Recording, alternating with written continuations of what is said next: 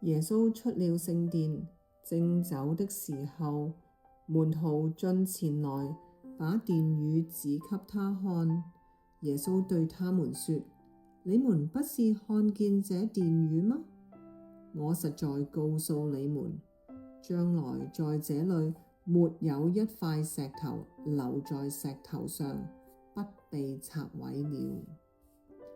耶穌在橄欖山上坐着，門徒暗暗地來說：請告訴我們，什麼時候有這些事？你降臨和世界的末了有什麼預兆呢？耶穌回答說：你們要謹慎，免得有人迷惑你們，因為將來有好些人冒我的名來說我是基督，並且要迷惑許多人。你們也要聽見打仗和打仗的風聲，總不要驚慌，因為這些事是必須有的，只是末期還沒有到。民要攻打民，國要攻打國，多處必有饑荒、地震，這都是災難的起頭。那時，人要把你們陷在患難裡，也要殺害你們，你們又要為我的名被萬民恨惡。那時，必有許多人跌倒，也要彼此陷害，彼此恨惡，且有好些假先知起來，迷惑多人。只因不法的事增多，許多人的愛心才漸漸冷淡了。唯有忍耐到底的，必然得救。這天國的福音要傳遍天下，對萬民作見證，然後末期才來到。你們看見先知但以理所說的，那行毀壞可憎的站在聖地。那時，在猶太的，應當逃到山上；在房上的，不要下來拿家裡的東西；在田裡的，也不要回去取衣裳。當那些日子，懷孕的和奶孩子的有禍了！你們應當祈求，叫你們逃走的時候，不遇見冬天或是安息日，因為那時必有大災難，從世界的起頭直到如今，沒有這樣的災難，後來也必沒有。若不減少那日子，凡有血氣的，總沒有一個得救的。只是為選民，那日子必減少了。那時，若有人對你們說，基督在這裡，或說基督在那裡，你們不要信，因為假基督、假先知將要起來，顯大神蹟、大奇事，倘若能行，連選民也就迷惑了。看啊，我預先告訴你們了。若有人對你們說，看啊，基督在曠野裡，你們不要出去；或說，看啊，基督在內屋中，你們不要信。閃電從東邊發出，直照到西邊，人子降臨也要這樣。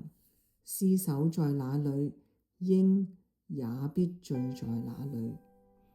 那些日子的災難一過去，日頭就變黑了，月亮也不發光，眾星要從天上墜落，天勢都要震動。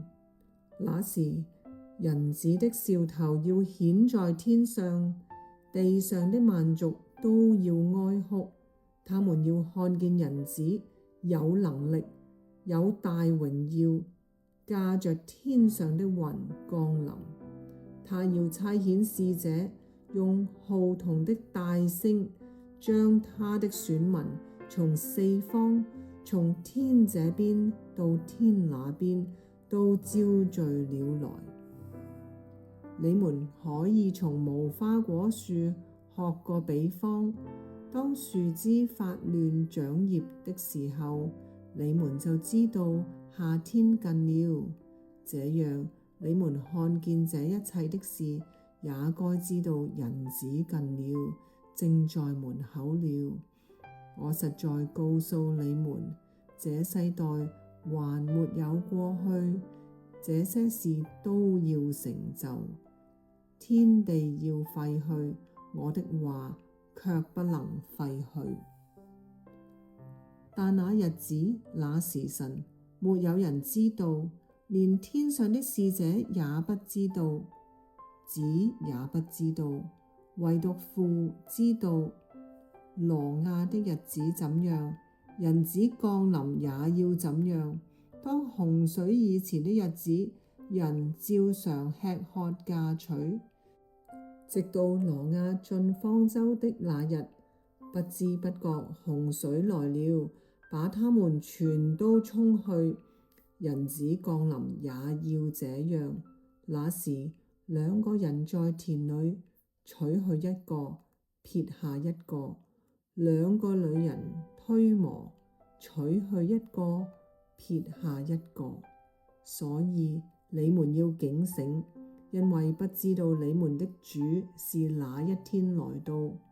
家裏若知道幾更天有賊來，就必警醒，不容人刮透房屋。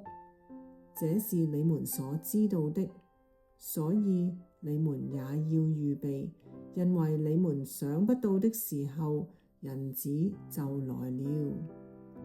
誰是忠心有見識的僕人，為主人所派，管理家裏的人，按時分糧給他們呢？